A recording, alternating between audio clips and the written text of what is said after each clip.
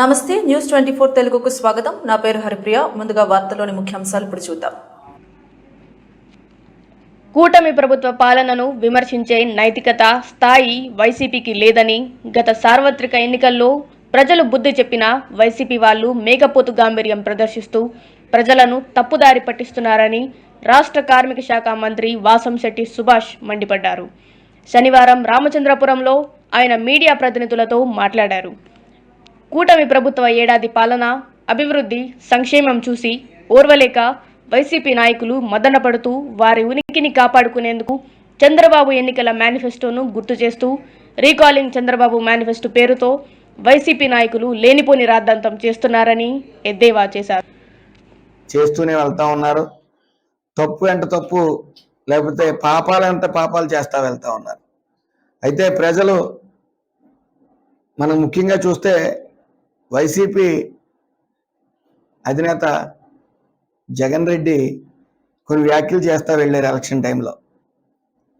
నేను మంచి చేస్తేనే నాకు ఓటేయండి అని ఒక పక్క చెప్తూ వై నాట్ 175 అని చెప్తూ మరి ఎలక్షన్ బరిలోకి దిగారు. మరి ప్రజలందరూ కూడా మంచి చేశారో లేదో ఆ రోజే తేల్చి చెప్పారు, 11 సీట్లకు పరిమితం చేసి. మరి ఈ నెపంలో ఉద్యమాలు చేయటం మేమేదో ప్రజల తరపున పోరాడేస్తున్నట్టు ఫీల్ అవుతా ఉన్నారు. గత 5 సంవత్సరాలు తీసుకుంటే వీళ్ళు ఏ హామీ నిలబెట్టారు?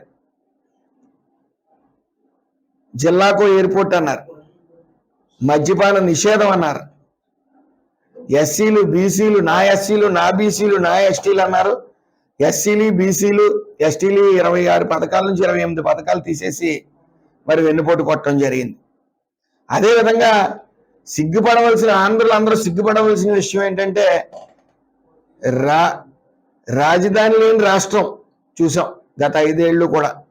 అలాగే పోలవరాన్ని పూర్తిగా నిర్లక్ష్యం వహించారు. ఎక్కడ కూడా పోలవరం ఒక ఇటుకు కూడా పేర్చలేదు, పోలవరం వైపు దృష్టి పెట్టలేదు అసలు. అదేవిధంగా ఏ హామీ ఇచ్చినా సరే, ముఖ్యంగా మీ పాత్రికేయ విలేకరులకు ఇచ్చిన హామీలు కూడా ఒకరు కూడా నెరవేర్చలేదు.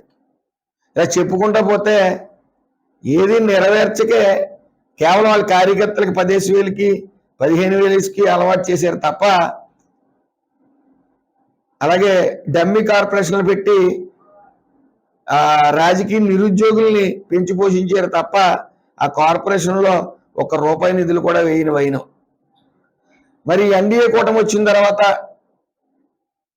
పెన్షన్ ఏదైతే ఉందో 4,000 చేస్తామని మాట ఇచ్చారో వెంటనే 4,000 చేయడం కూడా జరిగింది. అలాగే వికలాంగులకు 6,000 చేయడం జరిగింది, 3,000 నుంచి 6,000. అలాగే ఫుల్లీ బెడ్డెడ్ పేషెంట్కి ₹15,000 ఇవ్వడం జరిగింది. దేశంలోనే ఇంత భారీగా ఇచ్చింది రాష్ట్రం ఏదైనా ఉంది అంటే దరిదాపుల్లో కూడా లేదు. మరి గత ప్రభుత్వంలో 250 పెంచుకుంటూ వెళ్ళాడు ఆయన. అలాగే ముఖ్యంగా దీపం పథకంతో సంవత్సరానికి 3 సిలిండర్లు అనేది కూడా హామీ నిలబెట్టుకుంటూ ఇవ్వడం జరిగింది.